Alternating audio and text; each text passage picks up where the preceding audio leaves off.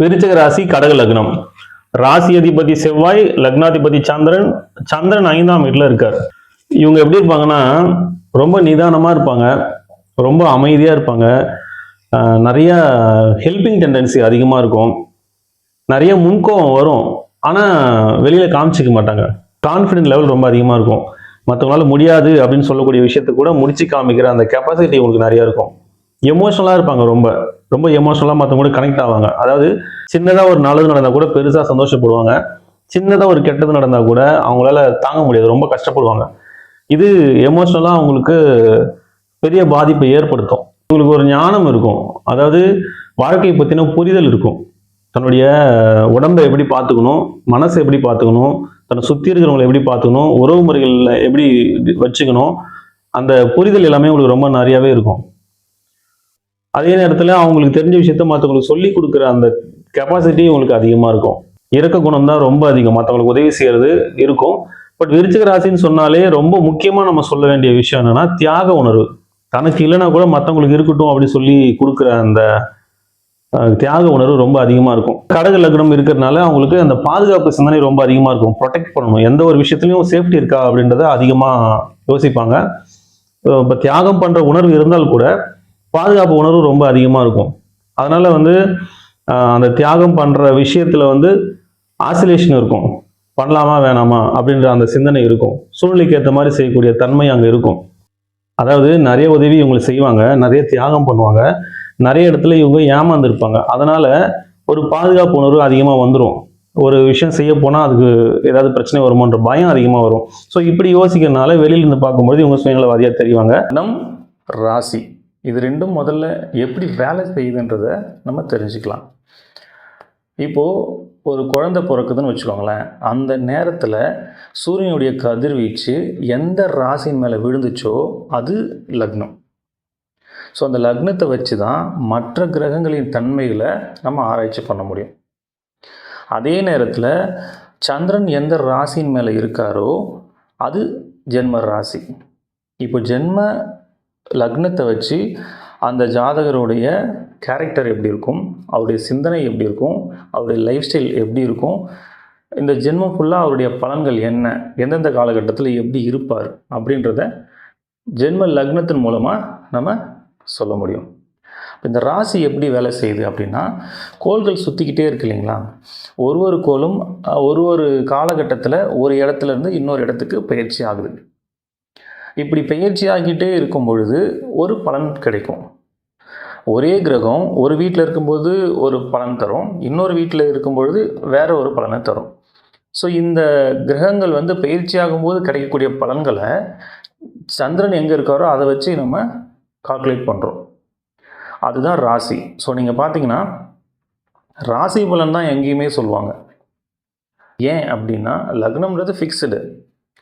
நீங்கள் பிறக்கும் பொழுது இந்த ஜென்மம் ஃபுல்லாக உங்களுக்கு என்ன பலன்றதை அங்கே ஃபிக்ஸ் பண்ணியாச்சு.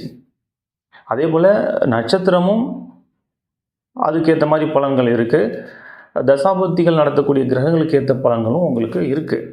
ஆனால் இந்த ராசி பலன் கோள்கள் மாறிக்கிட்டே இருக்கும் பொழுது ஒரு பலன் தர்றதுனால அது பலன் மாறிக்கிட்டே இருக்கும். அதனால் ராசி பலன் நம்ம சொல்கிற மாதிரி இருக்குது. லக்னம் அப்படின்றது ஒருத்தருடைய சிந்தனை, அவருடைய கேரக்டர் எப்படி இருக்கும் அப்படின்றத சொல்லக்கூடியது. இந்த ராசி அப்படின்றது தன்னுடைய செயல்பாடுகளை பற்றி சொல்லக்கூடியது. இப்போ உதாரணத்துக்கு ஒருத்தர் கன்னி லக்னத்தில் பிறந்திருக்காருன்னு வச்சுக்கோங்களேன், அந்த கன்னி லக்னத்துக்கு உண்டான அத்தனை குணங்களும் அவருக்கு இருக்கும். மேஷ ராசியில் பிறந்திருக்காருன்னு வச்சுக்கோங்களேன், மேஷ ராசிக்கு உண்டான அத்தனை செயல்களும் அவங்க செய்வாங்க. கன்னி லக்னத்துக்கு உண்டான சிந்தனைகள் இருக்கும், ஆனால் செயல்பாடு எல்லாமே மேஷ ராசிக்கு உண்டான செயல்பாடுகள் தான் அங்கே அதிகமாக இருக்கும். ஒரு பிரச்சனை அப்படின்னா அந்த பிரச்சனை எதனால் வந்துச்சு, அதை எப்படி சரி பண்ணலாம், அதை பேசியே சரி பண்ணக்கூடிய அந்த விஷயம் எல்லாமே கன்னி லக்னத்துக்கு இருக்கும். தன்னை நம்ம தப்பு பண்ணாமலே பழி சொல்லிட்டா கூட அவங்களுக்கு அதை புரிய வச்சு ஆப்போசிட் சைடு யோசிக்கிறது, நிதானமாக இருக்கிறது, இந்த விஷயம்லாம் அந்த கன்னி லக்னத்துக்கு இருக்கும். ஆனால் மேஷ ராசியை பொறுத்த வரைக்கும் என்னை எப்படி நீங்கள் என்னை தப்பு சொல்லலாம், அந்த கோபம் வந்துடும். அந்த கோபத்தோட அந்த தன்னுடைய உணர்வு வெளிப்படுத்தக்கூடிய அந்த தன்மை மேஷராசிக்கு இருக்கும். ஸோ மனசில் பார்த்தீங்கன்னா அவங்க நிதானமாக தான் இருப்பாங்க. நம்ம வந்து அவங்கள கேட்கணும், அவங்க சைடு நம்ம என்ன நியாயத்தை கேட்கணும், அவங்க சைடு யோசிக்கணும்லாம் இருக்கும். ஆனால் செயல்படும் பார்த்தா அந்த டைமில் டக்குன்னு கோவப்பட்டுருவாங்க. அப்புறமா யோசிப்பாங்க, நம்ம வந்து இந்த மாதிரி பேசியிருக்கக்கூடாது, நம்ம பொறுமையாக இருந்திருக்கணும். ஸோ இந்த டிஃப்ரென்ஸ் வர்றதுக்கு காரணம் லக்னமும் ராசியும் கிளாஷ் ஆகுது. இப்போது ஒருத்தரை நம்ம பார்க்குறோன்னா அவருடைய கேரக்டர் என்ன, அவர் என்ன சிந்திக்கிறார், அவர் மனசில் என்ன நினைக்கிறாரு அப்படின்றத நம்ம ஈஸியாக புரிஞ்சிக்க முடியாது. அவர் என்ன செயல் செய்கிறாரோ இதை வச்சு தான் அவரை நம்ம ஒரு கேரக்டர் நினச்சிக்குவோம். எப்போவுமே நம்ம செய்கிற செயல்களை நம்மளால் புரிஞ்சிக்க முடியாது. நம்முடைய சிந்தனைகளை நம்ம புரிஞ்சுக்குவோம், நம்ம என்ன நினைக்கிறோன்றது நமக்கு தெரியும். ஆனால் நம்ம என்ன செய்கிறோம், நம்முடைய செயல்பாடு எப்படி இருக்குது அப்படின்றத நம்மளால் அவ்வளோ சீக்கிரம் அனலைஸ் பண்ண முடியாது. லக்னத்தின்படி நம்முடைய கேரக்டர் என்ன, ராசியின்படி நம்ம என்ன செயல்பாடுகள் செய்வோம், இது ரெண்டையும் நம்ம தெளிவாக புரிஞ்சுக்கிட்டோம் அப்படின்னா நம்மளை அனலைஸ் பண்ணுறது ஈஸி, லைஃப் ஈஸியாக கொண்டு போக முடியும். லக்னத்திலிருந்து 5ஆம் வீட்டில் சந்திரன் இருக்கிற இடத்த பொறுத்து பலன் சொல்றதுக்கு நிறைய விதிகள் இருக்கு, விதி விலக்குகளும் இருக்கு.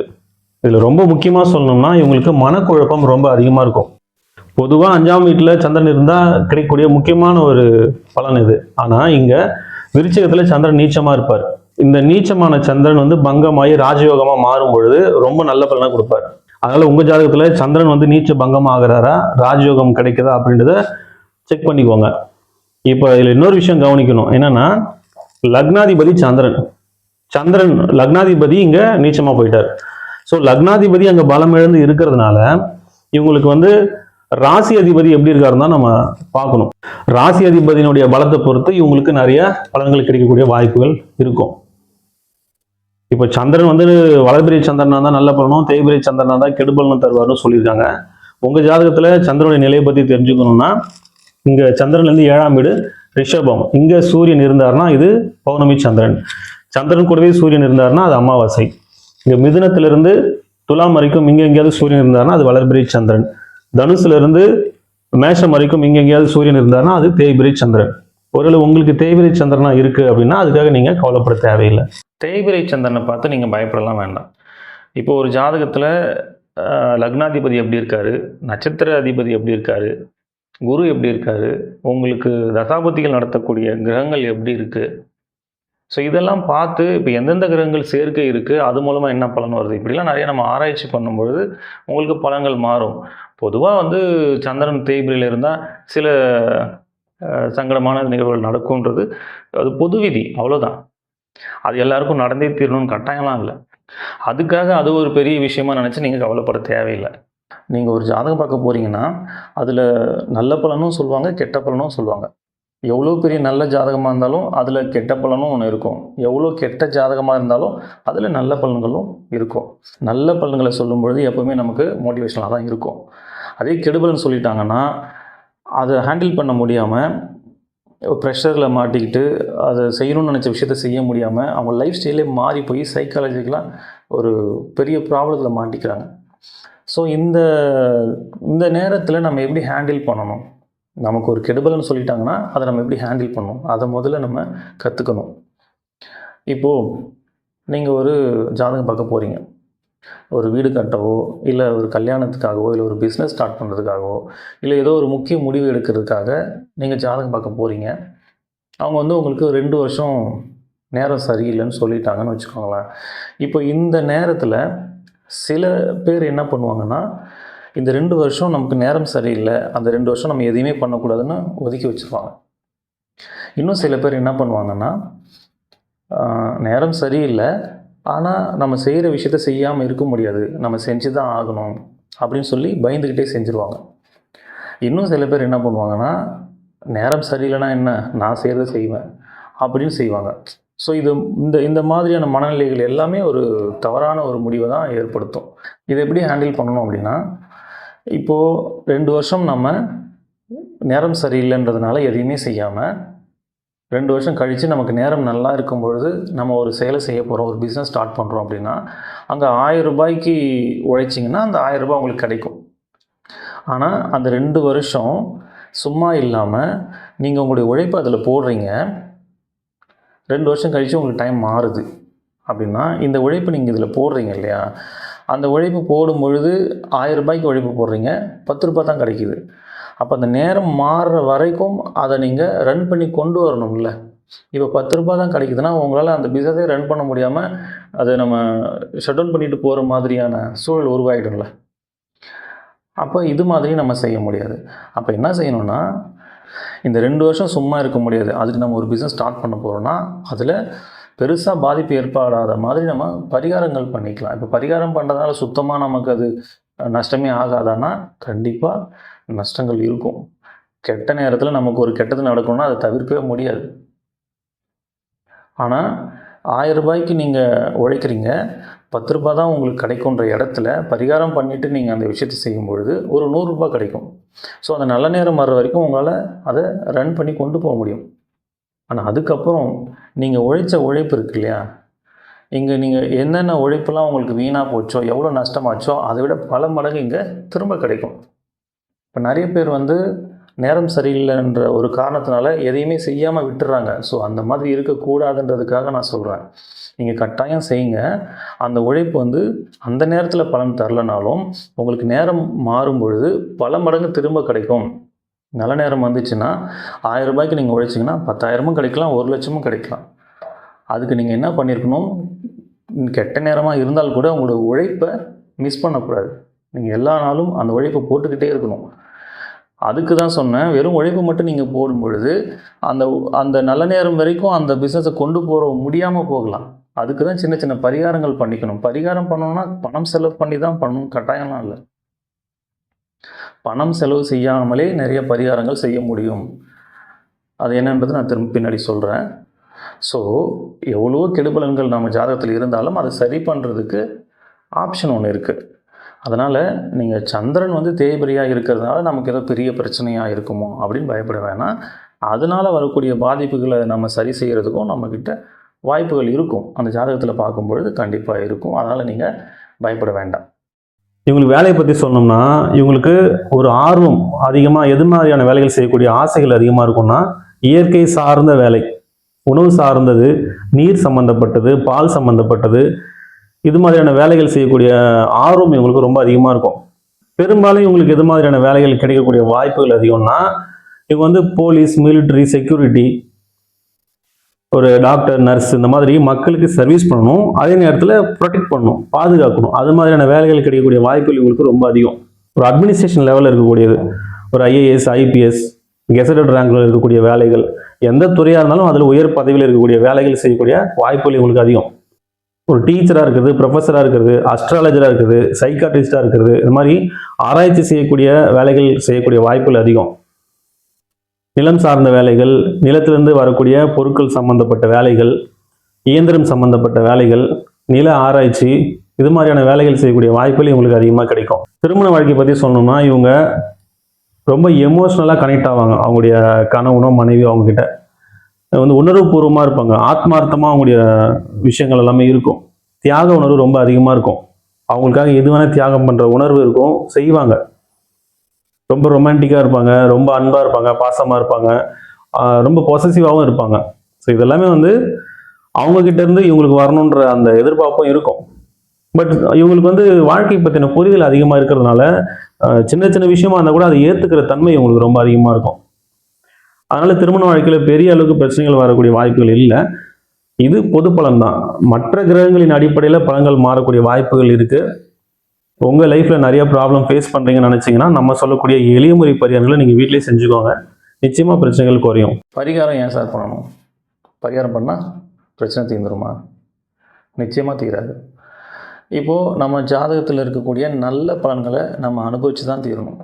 அதே போல் கெடு பலன்களையும் கட்டாயம் அனுபவிக்கணும். அதுக்கு தான் பிறந்திருக்கோம்.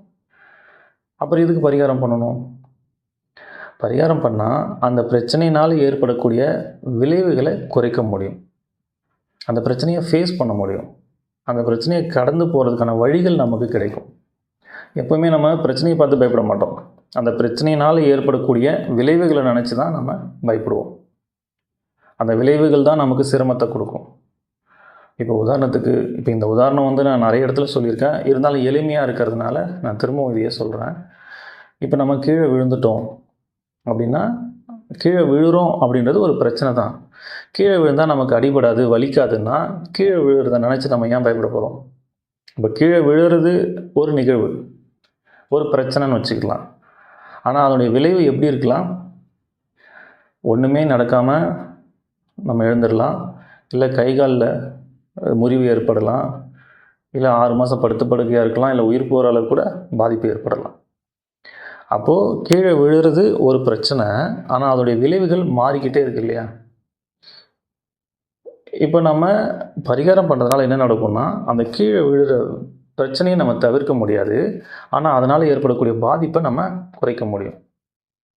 நம்ம ஜாதகத்தில் பிரச்சனைகளை ஏற்படுத்தக்கூடிய கிரகங்களை சாந்தப்படுத்தவும், அதனுடைய வீரியத்தை குறைக்கவும் நம்ம செய்யக்கூடிய செயல்கள் அனைத்துமே பரிகாரம் தான். சரி, இந்த பரிகாரம் பணம் செலவு பண்ணி தான் பண்ணணுமா? பரிகாரம் பல வழிகளை நம்ம செய்ய முடியும். பணம் செலவு பண்ணி செய்கிறது எவ்வளோ வழிகள் இருக்குது. பணம் செலவு பண்ணாமல் நான் செய்யக்கூடிய நமக்கு வழிகள் நிறையா இருக்குது. என்னால் பெருசாக பொருள் செலவு பண்ண முடியாது, ஆனால் பரிகாரம் பண்ணணும்னு நினைக்கிறவங்களுக்கு நான் சொல்லக்கூடிய விஷயங்கள்லாம் நீங்கள் தாராளமாக ஃபாலோ பண்ணலாம். இது எந்த ராசிக்கும் எந்த நட்சத்திரத்துக்கும் பர்டிகுலராக நம்ம சொல்லலை. பொதுவாக யார் வேணாலும் செய்யக்கூடிய எளிமையான பரிகாரங்கள். முதல்ல சூரியனுக்கு சமர்ப்பணம் செய்யணும். தினமும் காலையில் குளிச்சுட்டு மொட்டை மாடியில் போய் நின்று, இல்லை வீட்டுக்கு வெளியில் போய் நின்று சூரியனை பார்த்து கையில் தண்ணி அள்ளி இப்படி கீழே கொட்டுங்க. சூரியனை பார்த்து இப்படி கீழே கொட்டுங்க. சமர்ப்பணம் சொல்லி செய்யுங்க. ஒவ்வொரு பௌர்ணமி அன்னைக்கும் திருவண்ணாமலைக்கு கிரிவலம் போயிட்டு வாங்க. பௌர்ணமி அன்னைக்கு போகிறதுக்கு எனக்கு வாய்ப்பு இல்லை சார் அப்படின்னா, வளர்பிறை டைமில் ஏதோ ஒரு நாள் நீங்கள் போயிட்டு வரலாம். இல்லை அப்போவும் என்னால் முடியாது, எனக்கு எப்போ டைம் கிடைக்குன்னே தெரியல அப்படின்னா, அட்லீஸ்ட் திருவண்ணாமலைக்கு போயிட்டு வாங்க. என்னால் திருவண்ணாமலைக்கு போகிற அளவுக்கு எனக்கு சுச்சுவேஷன் இல்லை சார் அப்படின்னா, நீங்கள் எங்கே இருக்கீங்களோ அங்கேயே நீங்கள் மொட்டை மாடியிலேருந்து சந்திரனுடைய ஒளியில் உங்களால் எவ்வளோ நேரம் இருக்க முடியுமோ இருக்கலாம் பௌர்ணமி அன்னைக்கு. அடுத்தது நவகிரகங்களை சுற்றுங்க. இந்த நவகிரகங்கள் சனிக்கிழமையில் சுற்றுறது சிறப்பு. ஏன் சனிக்கிழமையில் சுற்றணும் அப்படின்னா, ஒவ்வொரு நாளும் சூரியன் உதிக்கிற நேரத்தில் எந்த கிரகங்களுடைய கதிர்வீச்சு பூமி மேலே படுதோ அந்த கிரகத்தினுடைய ஆதிக்கம் அந்த நாளில் இருக்கும். அப்படி தான் நம்முடைய வாரங்கள் இருக்கும். தமிழ் வாரங்கள் 7 நாள் வருது இல்லைங்களா? 7 நாளுமே ஒரு கிரகத்தின் ஆதிக்கம் அங்கே அதிகமாக இருக்கும். அதுபோல் சனி பகவானுடைய ஆதிக்கம் சனிக்கிழமைகளில் அதிகமாக இருக்கும். சனி கிரகத்திலேருந்து வரக்கூடிய கதிர்வீச்சுகள் மூலமாக நமக்கு பலன்கள் கிடைக்கும். பூமியிலிருந்து சனி கிரகம் ரொம்ப தொலைவில் இருக்கிறதுனால இடைப்பட்ட தூரத்தில் இருக்கக்கூடிய கிரகங்கள் அதனுடைய கதிர்வீச்சையும் அதனுடைய பலன்களையும் நம்ம பெறக்கூடிய வாய்ப்புகள் சனிக்கிழமைகளில் அதிகமாக இருக்கும். அதனால் சனிக்கிழமைகளில் நம்ம நவகிரகங்களை சுற்றி வரணும். நவகிரகங்களை சுற்றும் பொழுது ஒரு கிரகத்தின் பேரை சொல்லி போற்றி சொல்லி சுற்றிட்டு வாங்க. சூரிய பகவானை போற்றி, சந்திர பகவானை போற்றி, செவ்வாய் பகவானை போற்றி, புத பகவானை போற்றி, குரு பகவானை போற்றி, சுக்கிர பகவானை போற்றி, சனி பகவானை போற்றி 7 சுற்று கிளாக் வைஸ் சுற்றணும். எதிர் திசையில் 2 சுற்று சுற்றணும். ராகு பகவானை போற்றி, கேது பகவானை போற்றி. சனிக்கிழமைகளில் நவகிரகங்களை சுற்றிட்டு வாங்க. வயசானவங்களை நீங்கள் ரோட்டில் ஆதரவு இல்லாமல் இருக்கிற வயசானவங்களை பார்த்தீங்கன்னா அவங்களுக்கு சாப்பாடு வாங்கி கொடுங்க. அவங்கள பார்க்கணுன்றதுக்காகவே நீங்கள் சாப்பாடு வாங்கிட்டு போய் கொடுத்தீங்கன்னா இன்னும் சிறப்பு. அவங்களுக்கு செஞ்சால் நமக்கு புண்ணியம் நினச்சி தயவு செஞ்சு செய்யாதீங்க. அவங்களுக்கு பசிக்கும், அவங்க பசி ஆற்றணும் அப்படின்ற எண்ணத்தில் நீங்கள் அந்த சாப்பாடை வாங்கி கொடுங்க. மாற்றுத்திறனாளிகள் இருந்தாங்கன்னா அவங்களுக்கு உடல் உழைப்பை கொடுங்க. பணம் செலவு பண்ணுறதை விட நம் உடல் உழைப்பை அதிகமாக கொடுக்கறது தான் பலன்கள் அதிகமாக இருக்கும். இது எல்லாமே ரொம்ப எளிமையாக நீங்கள் செய்யக்கூடிய ஒரு பரிகாரங்கள் தான். இது நீங்கள் செய்கிறதுனால எளிமையான பரிகாரம் தான், ஆனால் பலன் ரொம்ப பெருசு. நீங்கள் செஞ்சு பாருங்கள், உங்களுக்கு நிறைய பலன்கள் கிடைக்கும். இல்லை சார் எனக்கு இது பண்ணுறதுக்கான வாய்ப்புகளே எனக்கு இல்லை அப்படின்னு இருந்தீங்கன்னா, நீங்கள் எந்த நட்சத்திரம் எந்த ராசியாக இருந்தாலும் எதை பற்றியும் கவலைப்படாதீங்க. முருகனை கெட்டியாக பிடிச்சிக்கோங்க. மனசார முருகனை வேண்டி குருவாய் வருவாய் அருள்வாய் குகனே இதையே திரும்ப திரும்ப சொல்லுங்கள். இதை விட பெரிய பரிகாரம் எதுவும் இல்லை. அதாவது நிறைய வழிகள் இருக்குது. எதுவுமே பண்ண முடியாமல் இருக்கிறவங்களுக்கு இதுதான் பரிகாரம். சரிங்களா? இதையெல்லாம் நீங்கள் ஃபாலோ பண்ணுங்கள். நிச்சயமாக உங்கள் வாழ்க்கையில் பெரிய மாற்றம் நிகழும்.